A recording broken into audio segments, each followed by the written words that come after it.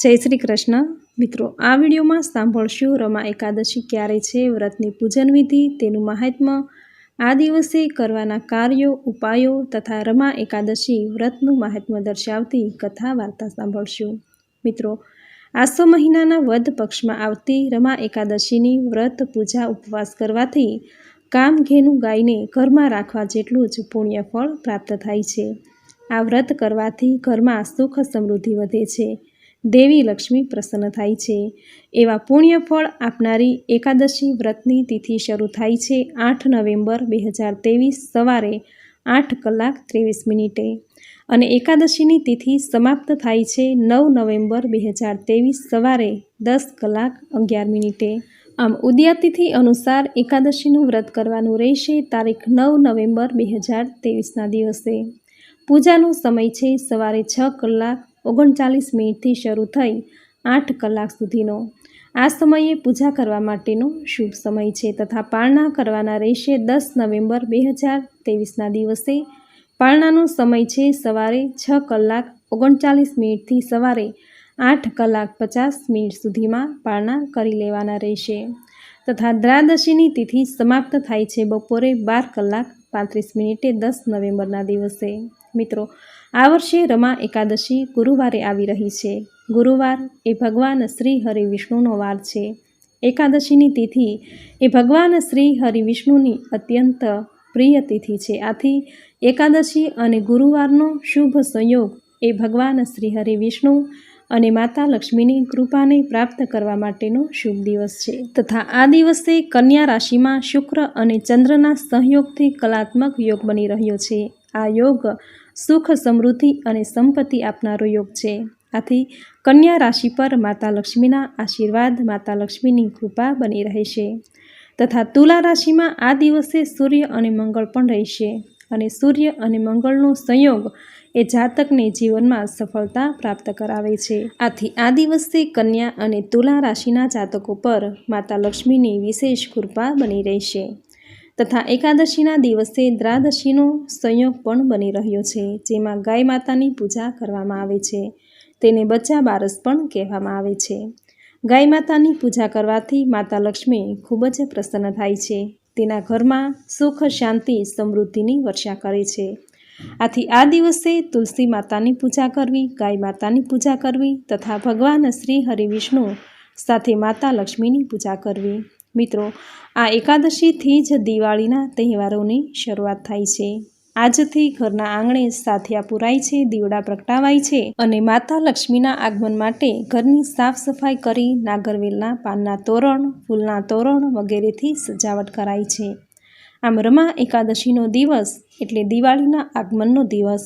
એકાદશીની પૂજા, વ્રત, ઉપવાસ એ માતા લક્ષ્મીની કૃપાને પ્રાપ્ત કરવાનો દિવસ. મિત્રો, રમા એકાદશીના દિવસે જો અમુક એવા ઉપાયો કરવામાં આવે તો મા લક્ષ્મીની કૃપા પ્રાપ્ત થાય છે, જીવનમાં સુખ સમૃદ્ધિનો વાસ થાય છે. તો એવા ઉપાયો પણ જાણીશું, પરંતુ સૌ પહેલાં જાણી લઈએ કે રમા એકાદશીની પૂજન વિધિ કેવી રીતે કરવી. તો રમા એકાદશીનું વ્રત આમ તો 3 દિવસનું હોય છે: દશમ, 11 અને 12. દશમના દિવસે શુદ્ધ અને સાત્વિક આહાર લઈ એકટાણું કરવાનું હોય છે. એકાદશીના દિવસે પ્રાતઃકાળે વહેલા ઉઠી સ્નાન આદિ કાર્યથી પરવારી વ્રતનો સંકલ્પ લેવો. ભગવાન શ્રી હરિ વિષ્ણુને ચંદન, પીળા પુષ્પ, પીળી મીઠાઈ, ધૂપ, દીપ આદિથી પૂજા કરવી. એકાદશીના દિવસે જો બની શકે તો પીળા વસ્ત્રો ધારણ કરવા, કારણ કે ભગવાન શ્રી હરિ વિષ્ણુ પીતાંબરધારી કહેવાયા. તેમને પીળો રંગ અતિ પ્રિય છે. આથી આ દિવસે ભગવાનની પૂજામાં પીળા વસ્ત્ર, પીળા પુષ્પ, પીળી મીઠાઈ આદિથી પૂજા કરવી. મિત્રો, આ વર્ષની રમા એકાદશી ગુરુવારના દિવસે આવે છે. તો ગુરુવાર એ ભગવાન શ્રી નારાયણને અતિ પ્રિય વાર છે.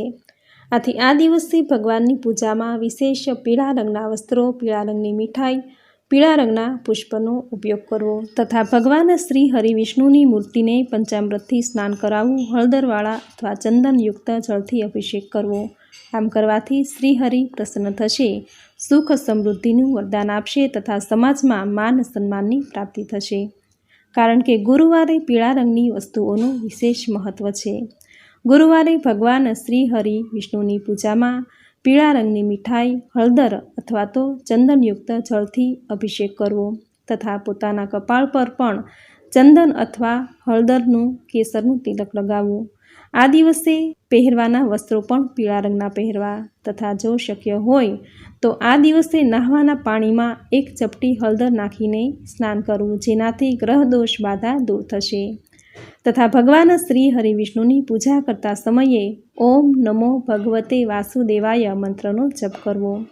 ભગવાનને નૈવેદ્યમાં મીઠાઈની સાથે કેળા પણ ધરાવી શકાય. તથા એકાદશીની વ્રત પૂજામાં તુલસી પત્ર ભગવાન શ્રી હરિવિષ્ણુને જરૂર અર્પણ કરવા. ભગવાનને જે કોઈ વસ્તુનો ભોગ ધરાવો, નૈવેદ્ય ધરાવો, તેમાં તુલસી દળ અવશ્ય મૂકીને પછી જ ભગવાનને ભોગ ધરાવો.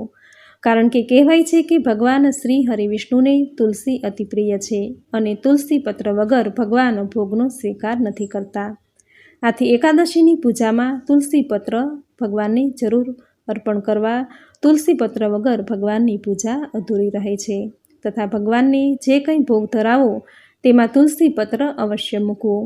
આ દિવસે શ્રીમદ ભાગવદ્ ગીતાના પાઠ કરવા, લક્ષ્મી સ્તોત્રનો પાઠ કરવો, કનકધારા સ્તોત્રના પાઠ કરવા, આખો દિવસ હરિ કીર્તન કરવું. તથા રમા એકાદશી ગુરુવારના દિવસે આવે છે. આથી આ એકાદશીના દિવસે સત્યનારાયણ ભગવાનની પૂજા કરવી, ભગવાનની કથા સાંભળવી, વિષ્ણુ સહસ્ત્ર નામનો પાઠ કરવો. આ દિવસે ઉપવાસ કે ફળાહાર કરવો. પરંતુ જેને એકાદશીનું વ્રત કરવું છે, ઉપવાસ કરવો છે કે પછી વ્રત કે ઉપવાસ કરી શકવા સમર્થ નથી, તે બાળક છે, વૃદ્ધ છે, સગર્ભા સ્ત્રી છે, તો તેમણે મન અને વચનથી, વાણીથી પવિત્ર રહીને એકાદશીનું વ્રત કરી શકે છે. આ દિવસે જૂઠું બોલવું નહીં, કોઈની નિંદા કરવી નહીં, કોઈને અપશબ્દો કહેવા નહીં, કોઈની ચાડી ચુગલી કરવી નહીં.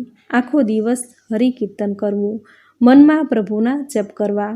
આવી રીતે મન અને વાણીથી શુદ્ધ રહીને, પવિત્ર રહીને પણ વ્રત, પૂજા, ઉપવાસ કર્યા વગર એકાદશી કર્યા જેટલું જ પુણ્યફળ પ્રાપ્ત થાય છે. આ રીતે એકાદશીનું વ્રત કરીને રાત્રિના 12 વાગ્યા સુધી જો શક્ય હોય તો જાગરણ કરવું તથા એકાદશીના બીજા દિવસે વ્રતના પાળના કરવા. આ દિવસે ગાયને લીલો ઘાસચારો ખવડાવવો, પક્ષીને દાણા ચણ નાખવા, જરૂરિયાતમંદને જરૂરી ચીજ વસ્તુ આપવી, ગરીબ ભૂખ્યા બાળકને ભોજન કરાવવું, કૂતરાને ઘરની બનાવેલી રોટલી ખવડાવી અથવા તો બ્રાહ્મણના ઘરે જઈ કે પછી મંદિરે જઈ કાચું સીધું અર્પણ કરવું. કાચું સીધું એટલે 9 ગ્રહોનું દાન. કાચા સીધાનું દાન કરવાથી 9 ગ્રહ દોષ જેની કુંડળીમાં છે તો તે દૂર થાય છે. આથી જો કોઈ કાર્ય ન કરી શકો તો આ દિવસે બ્રાહ્મણના ઘરે જઈ અથવા તો મંદિરે જઈ કાચા સીધાનું દાન કરવું. આવી રીતે એકાદશીનું વ્રત કરીને દ્વાદશીના પાળના કરવા તથા એકાદશીના દિવસે વ્રતની કથા જરૂર સાંભળવી. જે સાંભળ્યા વગર એકાદશીનું વ્રત અધૂરું રહે છે. વ્રતની કથા સાંભળવાથી એકાદશી કર્યાનું પુણ્ય ફળ અનેક ગણું વધી જાય છે. તો મિત્રો, આ હતું રમા એકાદશી વ્રતની પૂજન વિધિ, આ દિવસે કરવાના ઉપાયો. અને હવે સાંભળશું રમા એકાદશી વ્રતની કથા.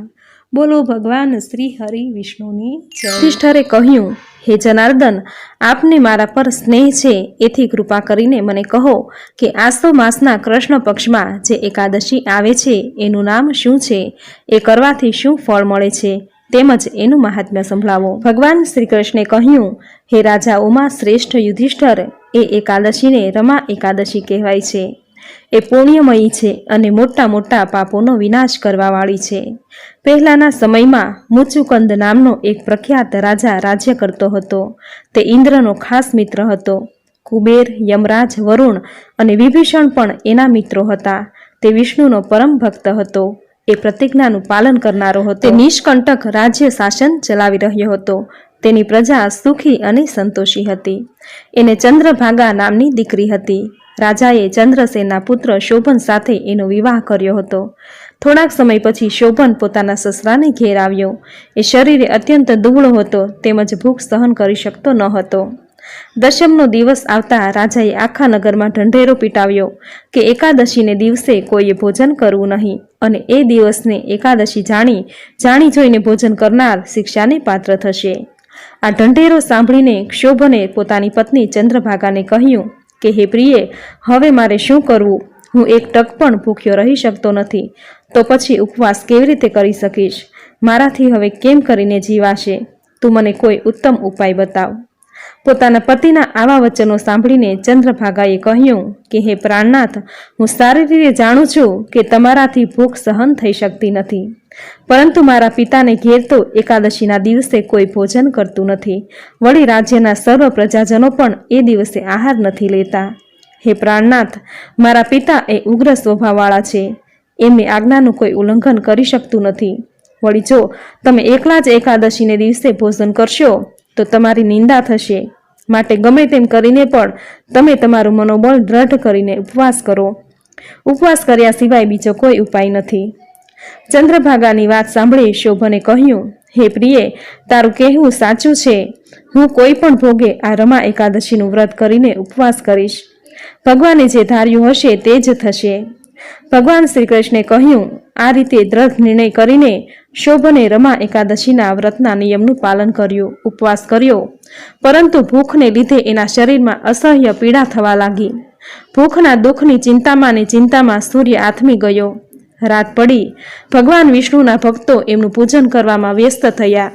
વ્રત કરનારાઓએ પણ રાત્રિને વધાવી લીધી અને અતિ આનંદપૂર્વક ધૂન, ભજન અને કીર્તન સાથે જાગરણ કરવા લાગ્યા.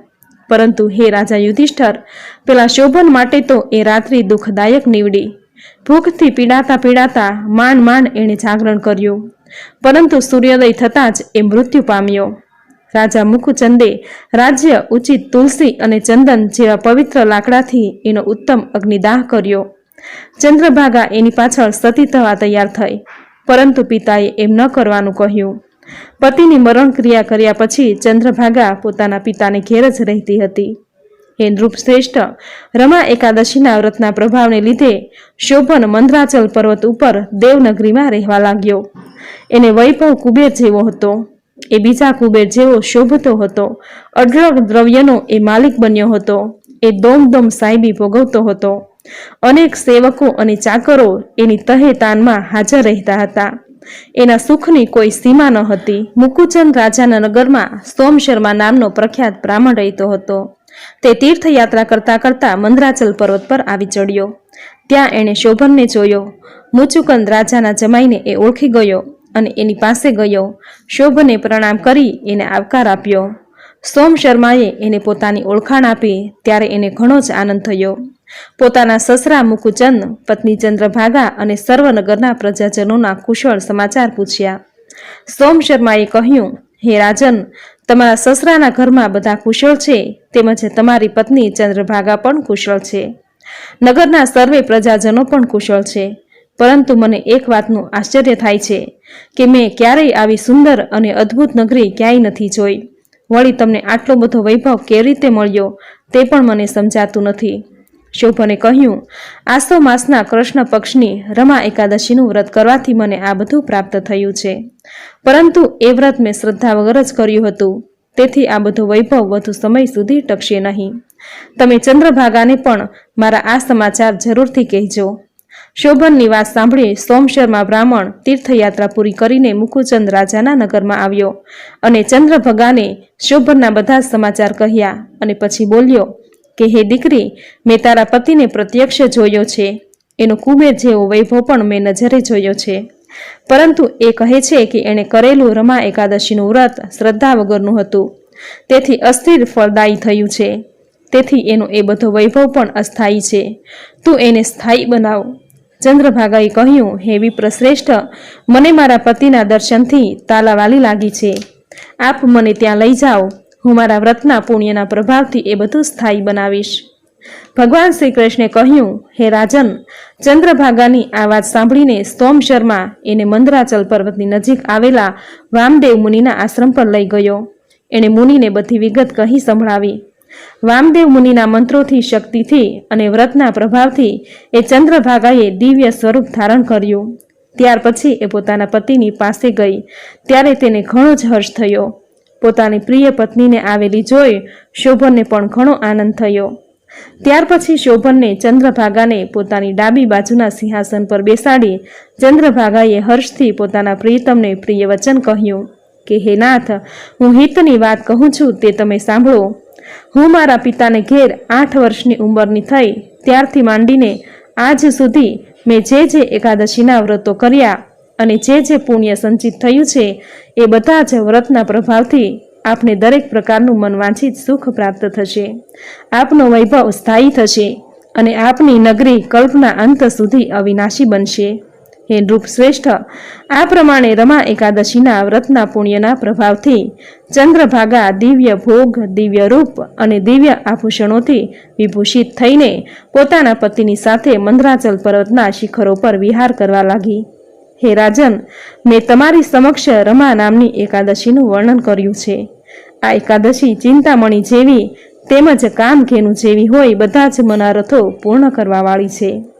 મેં બંને પક્ષોની એકાદશીઓના વ્રતનું મહાત્મ્ય આપને કહી સંભળાવ્યું છે. બંને પક્ષોની એકાદશીઓ એક સરખી જ પાપનાશક તેમજ એક સરખું જ પુણ્ય ફળ આપવાવાળી છે. જેવી શુક્લ પક્ષની એકાદશી છે એવી જ કૃષ્ણ પક્ષની એકાદશી પણ છે.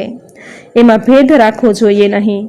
જેવી રીતે સફેદ રંગની ગાય હોય કે કાળા રંગની ગાય હોય, પરંતુ એમનું દૂધ તો એક સરખું જ હોય છે, એવી જ રીતે અજવાળિયાની એકાદશી હોય કે પછી અંધારિયાની એકાદશી હોય, બંનેના વ્રતનું ફળ તો એક સરખું જ પુણ્યદાયી હોય છે.